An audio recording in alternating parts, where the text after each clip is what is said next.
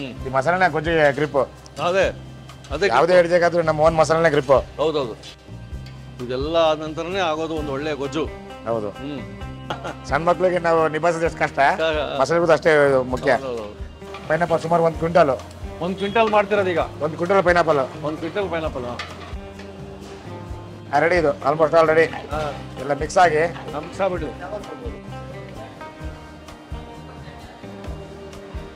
Sir almost ready ಆಗಿದೆ. ಇದು ಎಲ್ಲ ಆಯ್ತಲ್ಲ, ಸರ್ವ್ ಮಾಡ್ಬೋದು ಆರಾಮಾಗಿ. ಇದ್ರ ರುಚಿ ಜನಗಳು ಸವಿಬಹುದು. ನಮ್ಮ ಕಡೆ ನಮ್ಮ ಭಾಗದ ಜನಗಳು ನೋಡಿ ಮಲೆನಾಡಿನ ವಿಶೇಷ ಒಂದು ಅಡಿಗೆನ ಹೌದು ನಮ್ಮ ಪ್ರಾಂತ್ಯದ ಜನ ಸವಿಬಹುದು.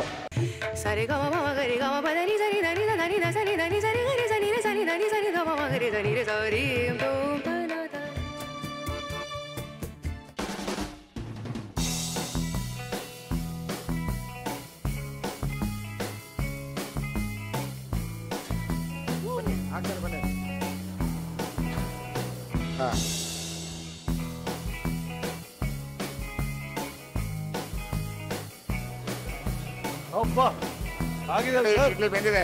ಇದೆ ಮಲ್ಲಿಗೆ ಇಡ್ಲಿ.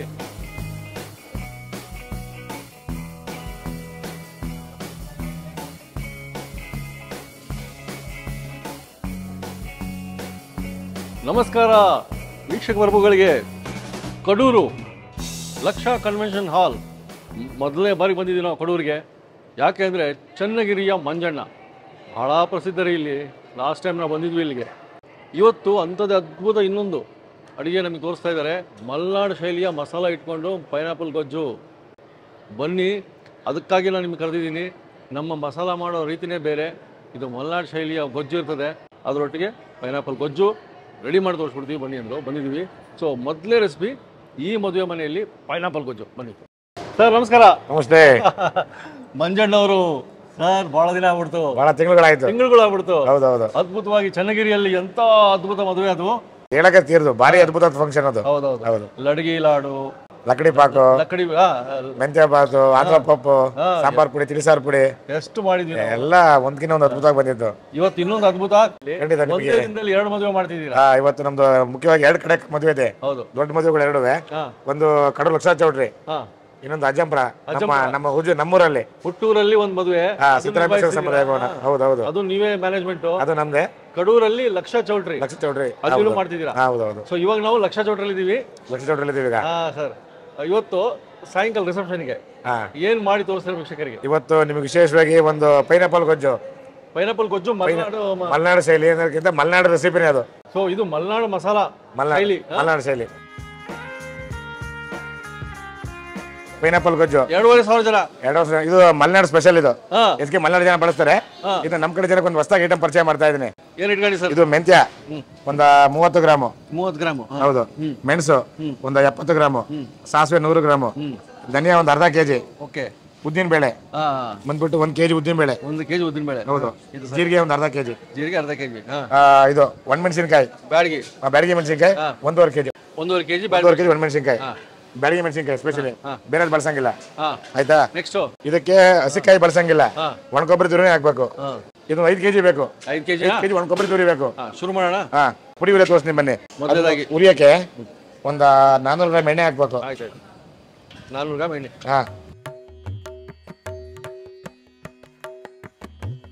ಬಹಳ ಜನ ನಿಮ್ ಟೀಮ್?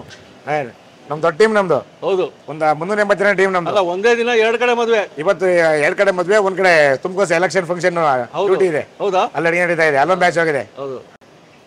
ಚನ್ನಗಿರಿಲಿ ಲಾಸ್ಟ್ ಟೈಮ್ ಚನ್ನಗಿರಿ ಭೇಟಿ ಮಾಡಿದ್ರಲ್ಲ, ಆ ತುಮಕೂರು ಎಲೆಕ್ಷನ್ ಅಡಿಗೆ ಇದೆ ನಾಳೆ. ಅದು ನಮ್ ಕ್ಯಾಟರಿಂಗ್ ಆಗಿದೆ ಸರಿ. ಹೌದಾ? ಹೌದು. ಇವತ್ತೊಂದಿನ 2 ಮದುವೆ ಇದೆ. ಕಡೂರು, ಅಜ್ಜಂಪುರ. ಹೌದು. ದೊಡ್ಡ ಟೀಮು. ಹೌದು. ಎಣ್ಣೆ ಕಾದಿದೆ. ಉದ್ದಿನ ಬೇಳೆ ಕೊಡಪ್ಪ. ಎಷ್ಟು ಹಾಕಿದ್ರು ಸರ್ ಈಗ? 1 ಕೆಜಿ ಉದ್ದಿನ ಬೇಳೆ. 1 ಕೆಜಿ ಉದ್ದಿನ ಬೇಳೆ. ಮದುವೆ ಮನೆಯಿಂದ ಡೈರೆಕ್ಟ್ ಪೈನಾಪಲ್ ಗೊಜ್ಜು ನೋಡ್ರಿ. ಅದು ಘಮ ಬರ್ತಾ ಇದೆ, ಮೆಣಸಿನ ಸ್ಮೆಲ್ ಬರ್ತಾ ಇದೆ. ಅದಕ್ಕೆ ಅಧಿಕ ಉರಿ ಹಿಡಿಯಂಗಿಲ್ಲ. ಹೌದೌದು ಸರ್. ಇವಾಗ ಧನಿ ಹಾಕ್ತಾ ಇದ್ದೀನಿ. ಉದ್ದಿನ ಬೇಳೆ ಕಲರ್ ಚೇಂಜ್ ಆಗಿದೆ ಈಗ. ಅರ್ಧ ಕೆಜಿ. ಇದು ಅರ್ಧ ಕೆಜಿ ಜೀರಿಗೆ. ಅರ್ಧ ಕೆಜಿ ಜೀರಿಗೆ. ಹೌದು. ಪೈನಾಪಲ್ ಗೊಜ್ಜುಗಿಂತ ಮುಂಚೆ ಇದು ಮಸಾಲೆ. ಈ ಮಸಾಲೆನ ಗೊಜ್ಜಿಗೆ ಗ್ರಿಪ್. ಅದೇ ಯಾವುದೇ ಅಡಿಗೆಗಾದ್ರೂ ನಮ್ಮ ಓನ್ ಮಸಾಲೆನೇ ಗ್ರಿಪ್. ಹೌದೌದು. ಈಗ ಬ್ಯಾಡಗಿ ಮೆಣಸಿಗೆ ಕೆಳಗಡೆ 1.5 ಕೆಜಿ ಹಾಕ್ಬೇಕು. 1.5 kg ಬ್ಯಾಡಗಿ. ಹೌದು.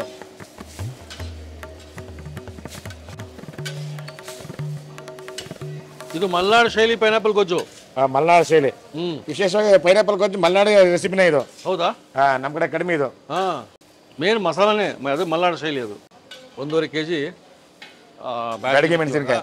ಅಲ್ಲಿಗೆ ರುಬ್ಬೋ ಒಂದು ಹಂತಕ್ಕೆ ಬರ್ತದೆ ಈಗ. ಹೌದು. ಈಗ ಕೊಬ್ಬರಿ ಹಾಕೋ ಹಂತಕ್ಕೆ ಬಂದಿದೆ. ಕೊಬ್ಬರಿ ಹಾಕ್ತೀನಿ ಈಗ. ಕೊಬ್ಬರಿ 3 kg ಅಂದ್ರಲ್ಲ? ಒಂದು 5 kg ಸರ್. 5 kg ಆಗಲ್ಲ. 5 kg ಕೊಬ್ಬರಿ. ಒಂದು 5 kg ಕೊಬ್ಬರಿ ಹಾಕ್ಬಿಟ್ರೆ ಆಯ್ತಂತೆ. ಇದೆಲ್ಲ ಆದ ನಂತರನೇ ಆಗೋದು ಒಂದು ಒಳ್ಳೆ ಗೊಜ್ಜು. ಹೌದು. ಈ ಒಂದು 10 ನಿಮಿಷ 15 ನಿಮಿಷ ಇದಾಗಬೇಕಾ? ಒಂದು 25 ನಿಮಿಷ ಬೇಕಿತ್ತು ಗೊಜ್ಜು ಮಸಾಲೆ ಹುರಿಯೋಕೆ. 25 ನಿಮಿಷ. 25 ನಿಮಿಷ ಬೇಕೇ ಬೇಕು ಟೈಮಿಂಗ್ಸ್. ಕೈ ಆಡಿಸ್ತಾನೆ ಇರಬೇಕು. ಹೌದು, ಕೈ ಆಡಿಸ್ತಾನೆ ಇರಬೇಕು. ಯಾಕಂದ್ರೆ ತಳ ಇಟ್ಬಿಡ್ತೀನಿ ಅಂದ್ರೆ. ಹೌದು, ತಳ ಸಿಗುತ್ತೆ. ಮಸಾಲೆ ಹುರಿಯೋದು, ಸಣ್ಣ ಮಕ್ಳು ನಿಭಾಯಿಸೋದು ಎರಡು ಅಂತ ಅದೇ ಹೇಳಿದ್ರಲ್ಲ ನೀವು.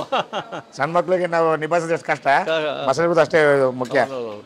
ಆರ್ಬೇಕು, ಆರಿದ್ಮೇಲೆ ರುಬ್ಬೇಕು ಅದನ್ನ ಗ್ರೈಂಡ್ರಲ್ಲಿ. ಓಕೆ. ಕುಮಾರ್ ಅಂತೇಳಿ ಸ್ವೀಟ್ ಮಾಸ್ಟ್ರು ನಮ್ಮ ಕಂಪ್ನಿಯಲ್ಲಿ ಯಾವ್ದೇ ಸ್ವೀಟ್ ಇವರೇ ಮಾಡೋದು. ಕುಮಾರ್ ಪಂಪ್ಕಿನ್ ಸ್ವೀಟ್ ಇದು. ಕುಂಬಳಕಾಯಿ ಸ್ವೀಟು. 15 ಸ್ಟಫ್ ಫುಡ್ ಮಾಡ್ತಾರೆ. ಕಲಾಕನ್ ಅದು. ಕಲಾಕನ್ ಸ್ಟಫ್ ಫುಡ್ ಆಗ್ತಾ ಇದೆ.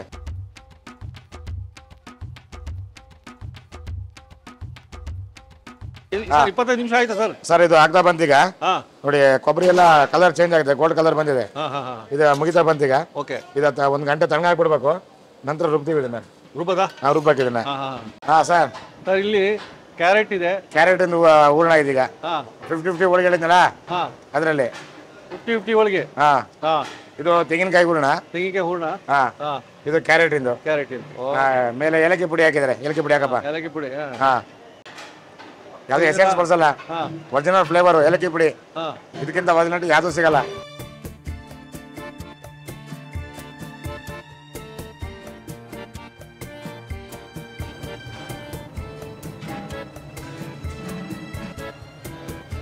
ಈಗ ಪೈನಾಪಲ್ ಗೊಜ್ಜಿಗೆ ಫೈನಲ್ ಪ್ರೊಸೆಸ್ ಇಲ್ಲ. ಫೋನ್ ಪ್ರೊಸೆಸ್ ಮಾಗಿಸಿ ಮಸಾಲೆ ಹಾಕ್ಬೇಕು. ಇದಕ್ಕೆ ಎಣ್ಣೆ ಹಾಕ್ಬೇಕು. ಮತ್ತೆ 2 ಲೀಟರ್ ಎಣ್ಣೆ ಹಾಕ್ತೀನಿ. Okay okay sir. ಇಲ್ಲಿ ರುಬ್ಬಿರೋದು ಹಿಂಗಾಗಿದೆಯಾ? ರುಬ್ಬಿರೋ ಮಸಾಲೆ ಇದು ಹಿಂಗಾಗಿದೆ. Okay okay. ಬೇಕಾದ ಸಾಮಗ್ರಿ: ಒಗ್ಗರಣೆಗೆ ಸಾಸಿವೆ, ಜೀರಿಗೆ, ಕರಿಬೇವು, ಹಿಂಗು, ಎಲ್ಜಿ ಹಿಂಗು, ಪುಡಿ ಹಿಂಗು, ಹುಣಸೆ ಹುಳಿ ಬೇಕು. ಸಾಸಿವೆ ಎಷ್ಟು ಹಾಕಿದ್ರಿ? ಒಂದು ಬಕ್ಸೆ. ಸಾಸಿವೆ ಸಿಡಿಬೇಕು. ಸಾಸಿವೆ ಈ ಥರ. ಜೀರಿಗೆ ಒಂದು ಬಕ್ಸೆ, ಕರಿಬೇವು ಒಂದು ಬಕ್ಸೆ, ಎಲ್ಜಿ ಹಿಂಗು ಒಂದು 70 ಗ್ರಾಮು. 70 ಗ್ರಾಮ್. ಹೌದು. ಪೈನಾಪಲ್ ಸುಮಾರು 1 ಕ್ವಿಂಟಲ್. 1 ಕ್ವಿಂಟಲ್ ಮಾಡ್ತಿರೋದು ಈಗ? 1 ಕ್ವಿಂಟಲ್ ಪೈನಾಪಲ್. 1 quintal pineapple.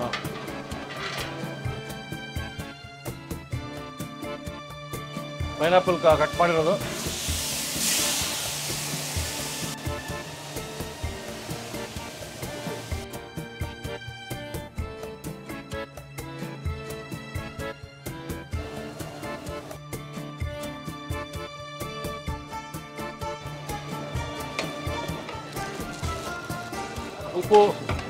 ಉಪ್ಪು.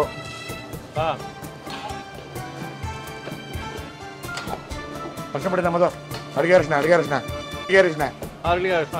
ಎಷ್ಟು? 100 ಗ್ರಾಮು. 100 ಗ್ರಾಮ್.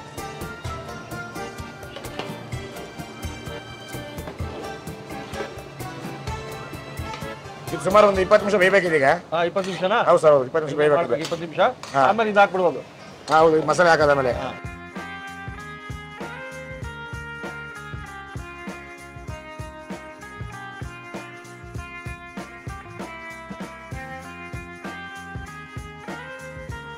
ರೆಡಿ ಇದೆ.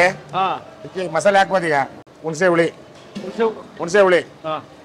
ಅರ್ಧ kg ಹುಣಸೆ ಹಣ್ಣಿನ ರಸ, ಬೆಲ್ಲ ಒಂದು 4 kg. 4 kg ಬೆಲ್ಲ ಹಾಕ್ಬಿಡ ಸರ್. ಬೆಲ್ಲ ಹಾಕ್ಬೋದು, 2 ಜೊತೆಗೆ ಹಾಕ್ಬೋದು. 2 ಒಟ್ಟಿಗೆ ಹಾಕ್ಬಿಡೋದಾ?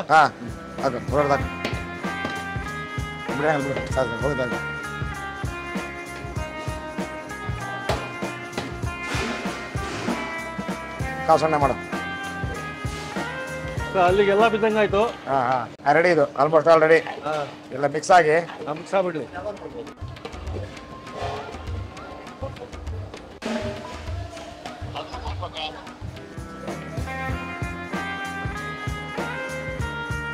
ಎಲ್ಲ ಕುಡ್ಕೊಂಡ್ಬಿಟ್ರೆ ಆಯ್ತಲ್ಲ ಸರ್ ಇದು? ಎಲ್ಲ ಇದು ಕೂಡ್ಬಿಟ್ರೆ ಆಯ್ತು. ನೀರು ಹಾಕ್ಬೇಕು.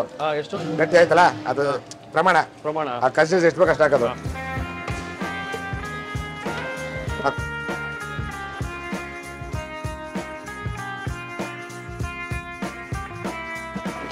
ಇವಾಗ ಬಂತು ಲೆಕ್ಕಕ್ಕೆ ಬಂತಲ್ಲ, ಬರಲೇಬೇಕು. ಇವಾಗ ಒಂದು ಕುದಿ ಬರ್ಬೇಕಾ? ಹಿಂಗೆ ಕುದಿ ಬಂದ್ರೆ ರೆಡಿ ಆದಂಗೆ ಇದು. ಸರ್ ಆಲ್ಮೋಸ್ಟ್ ರೆಡಿ ಆಗಿದೆ ಇದು. ಎಲ್ಲ ಆಯ್ತಲ್ಲ, ಸರ್ವ್ ಮಾಡ್ಬೋದು ಆರಾಮಾಗಿ. ಇದ್ರ ರುಚಿ ಜನಗಳು ಸವಿಬಹುದು. ನಮ್ಮ ಕಡೆ ನಮ್ಮ ಭಾಗದ ಜನಗಳು ನೋಡಿ, ಮಲೆನಾಡಿನ ವಿಶೇಷ ಒಂದು ಅಡಿಗೆನ ಹೌದು ನಮ್ಮ ಪ್ರಾಂತ್ಯದ ಜನ ಸವಿಬಹುದು. ಮಲೆನಾಡು ಮಸಾಲ ಪೈನಾಪಲ್ ಗೊಜ್ಜು ರೆಡಿ. ಧನ್ಯವಾದ ಸರ್. ಹೇಳಿ ಸರ್. ನಮಸ್ಕಾರ. ಹಾ,